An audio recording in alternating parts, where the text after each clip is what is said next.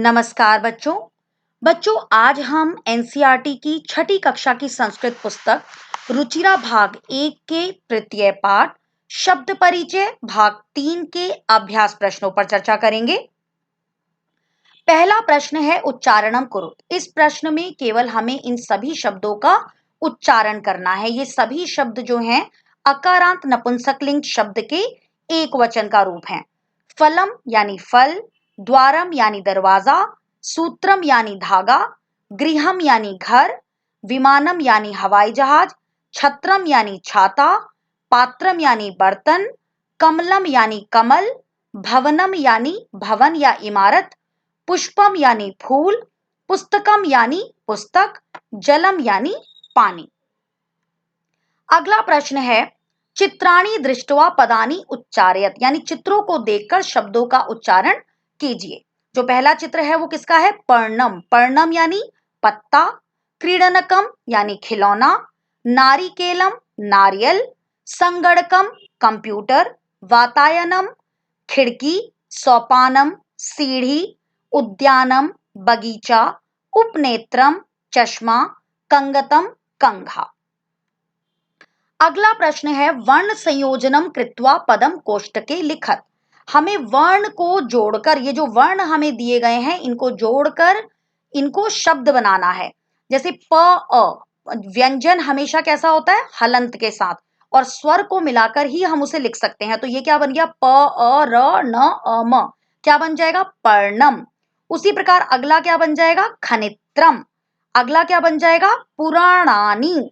उससे अगला क्या बन जाएगा? पोषकाणी। और उससे अगला क्या बन जाएगा? कंगतम। अगला प्रश्न है अधोलिखिता नाम पदानाम वर्ण विच्छेदम कुरुत। पिछले प्रश्न में हमने वर्णों को जोड़ा था और इस प्रश्न में हम वर्णों को तोड़ेंगे, यानी उनका विच्छेद करेंगे। जैसे व्यंजनम है तो आपको ये ध्यान रखना है कि जब भी हम व्यंजन वर्ण लिखेंगे हमें उसमें हलंत अवश्य लगाना है। अब यहाँ पर व जो है वो आधा है तो व में हम अ स्वर नहीं लगाएंगे। तो क्या हो जाएगा? व य अ व्य, ज अ ज, न अ म नम, तो व्यजनम।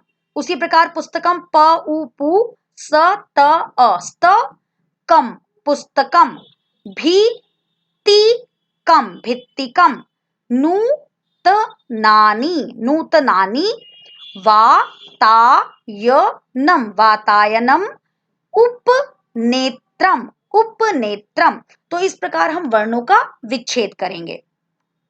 अगला प्रश्न है चित्राणी दृष्टवा संस्कृत पदानी लिखत। चित्रों को देखकर संस्कृत पद लिखिए। यहाँ पर चित्र दिए गए हैं और उनके नीचे शब्द नहीं है, तो अब हम इनके शब्द लिखेंगे। ये चित्र देखकर हमें क्या लग रहा है? ये क्या है? आम्रम यानी आम, पर्णम यानी पत्ता, व्यजनम यानी पंखा, करवस्त्रम यानी रुमाल, सूत्रम यानी धागा, छत्रम यानी छाता।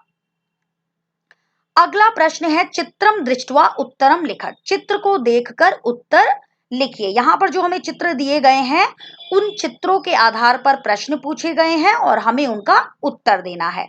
आपको ये ध्यान रखना है कि अगर प्रश्न एक वचन में पूछा जा रहा है तो उत्तर भी एक वचन में होगा। अगर प्रश्न द्विवचन में पूछा जा रहा है तो उत्तर भी द्विवचन में होगा, और अगर प्रश्न बहुवचन में पूछा जा रहा है तो उत्तर भी बहुवचन में होगा। किम पतति, क्या गिरता है? फलम पतति, क्या गिर रहा है? फलम पतति, फल गिर रहा है, क्योंकि एक ही फल गिर रहा है तो फलम पतति। मयूरो किम कुरुत, ये दो मोर क्या कर रहे हैं? मयूरो नृत्यतः, दोनों मोर क्या कर रहे हैं? नाच रहे हैं। एते केस्त, ये दो क्या हैं? ये दोनों क्या हैं? खिलौने हैं। एते क्रीडनके स्त, ये दो खिलौने हैं। बालिकाः किम कुर्वन्ति, ये सारी बालिकाएं क्या कर रही हैं? बालिकाः पठन्ति, बालिकाएं पढ़ रही हैं। कानि विकसन्ति, क्या खिल रहे हैं? ये क्या है? बहुत सारे फूल खिले हुए हैं। तो क्या आंसर हो जाएगा इसका? पुष्पाणि विकसन्ति। तो आप ये देखेंगे ये एक वचन का वाक्य था, ये द्विवचन का, ये द्विवचन का, ये बहुवचन का और ये भी बहुवचन का। तो आपको ये ध्यान रखना है कि जिस वचन में प्रश्न पूछा जाए उत्तर उसी वचन में देना है। अगला प्रश्न है निर्देशानुसारम वाक्यानि रचत, यानी निर्देश के अनुसार वाक्यों की रचना कीजिए या वाक्य बनाइए। अब यहाँ पर हमें प्रश्न दिया गया है और ब्रैकेट में हमें ये बताया गया है कि हमें कौन से वचन में परिवर्तित करना है।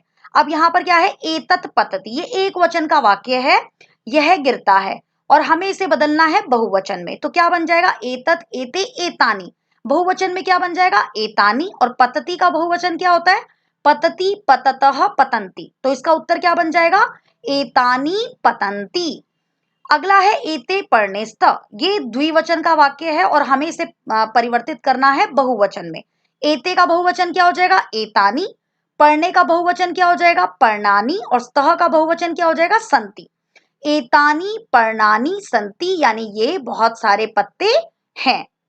मयूरः नृत्यति, एक मोर नाचता है।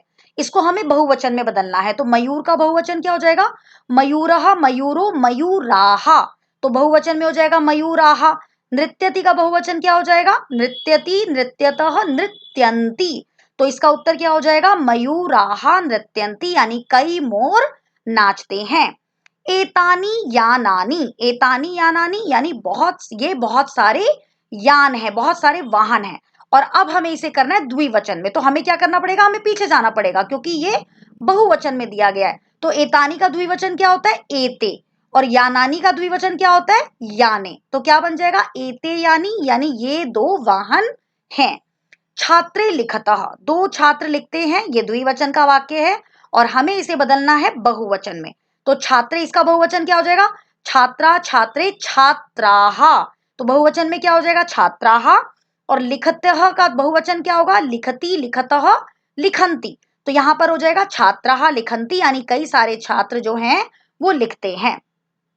अगला है नारिकेलम पतति, यानी जो नारियल है वो गिरता है। ये एक वचन का वाक्य है, हमें इसे बदलना है द्विवचन में। नारिकेलम पतति, तो नारिकेलम नारिकेले नारिकेलानि। तो द्विवचन में क्या हो जाएगा, नारिकेले। पतति का द्विवचन क्या हो जाएगा, पततः। तो इसका उत्तर क्या हो जाएगा, नारिकेले पततः, यानी दो नारियल गिरते हैं। अगला प्रश्न है उचित पदानि संयोज्य वाक्यानि रचत, यानी उचित पदों को जोड़कर वाक्यों की रचना कीजिए या उचित पदों को मेल करके वाक्य बनाइए। बच्चों, जब भी परीक्षा में ऐसा प्रश्न आता है तो आप इसे मैच द फॉलोइंग ना करें, इसे मैच करके ना लिखें, आप इसे अलग से लिखें कि पहले आप कर्ता को लिख लें और फिर क्रिया को लिख लें। जैसे यहाँ पर कोकिले पवनः पुष्पम खगः मयूरः सिंहः, ये कर्ता है। विकसंती नृत्यंती उत्पतति वहति गर्जति और कूजतः, ये क्रिया है। और आप अगर देखें तो ये एक दूसरे से मैच नहीं करते और हमें क्या करना है कि इस कर्ता के अनुसार इनमें से एक क्रिया को छांटकर वाक्य बनाना है। तो कोकिले के साथ क्या आ सकता है यहाँ पर, कूजतः, क्योंकि यहां भी हमें यह ध्यान रखना है कि कर्ता अगर एक वचन है तो क्रिया भी एक वचन, कर्ता अगर द्विवचन है तो क्रिया भी द्विवचन, कर्ता अगर बहुवचन है तो क्रिया भी बहुवचन। तो कोकिले द्विवचन है तो क्या हो जाएगा, कोकिले कूजतः, कोकिले कूजतः, यानी दो कोयल कूजती हैं। पवनः एक वचन है, पवनः वहति, पवनः वहति, यानी पवन बहती है। पुष्पम एक वचन है, पुष्पम विकसति, फूल खिलता है। पुष्पम विकसति, एक फूल खिलता है। खगः, खगः भी एक वचन है, खगः उत्पतति, एक पक्षी जो है वो उड़ता है या उड़ रहा है। मयूराः, अब मयूराः बहुवचन है तो यहां पर बहुवचन क्या है, नृत्यंती। मयूराः नृत्यंती, कई मोर नाचते हैं। सिंगाः गर्जंती, कई शेर दहाड़ते हैं, ये भी बहुवचन है। तो बच्चों आपको ये भी ध्यान रखना है कि जो कर्ता है उसके अनुसार क्रिया होनी चाहिए। अब ऐसा नहीं, पवन भी एक वचन है, पुष्पम भी एक वचन है, खगा भी एक वचन है, तो इसका मतलब ये नहीं होगा कि जो पक्षी है वो बहता है या पक्षी जो है वो खिलता है। तो आपको ये भी ध्यान रखना है कि कर्ता के अनुसार ही क्रिया होनी चाहिए। और जब आप कर्ता और क्रिया को मिलाकर लिखते हैं तो आपको वाक्य के अंत में पूर्ण विराम का चिन्ह भी लगाना है ताकि ये लगे कि आपका जो वाक्य है वो पूरा है। तो इसका उत्तर क्या हो जाएंगे, कोकिले कूजतः, पवनः वहति, पुष्पम विकसति, खगः उत्पतति, मयूरः नृत्यन्ति और सिंगाः गर्जन्ति। तो बच्चों आज हमने अभ्यास प्रश्न किए। अगली कक्षा में मैं एक नए पाठ के साथ फिर उपस्थित होंगी। धन्यवाद।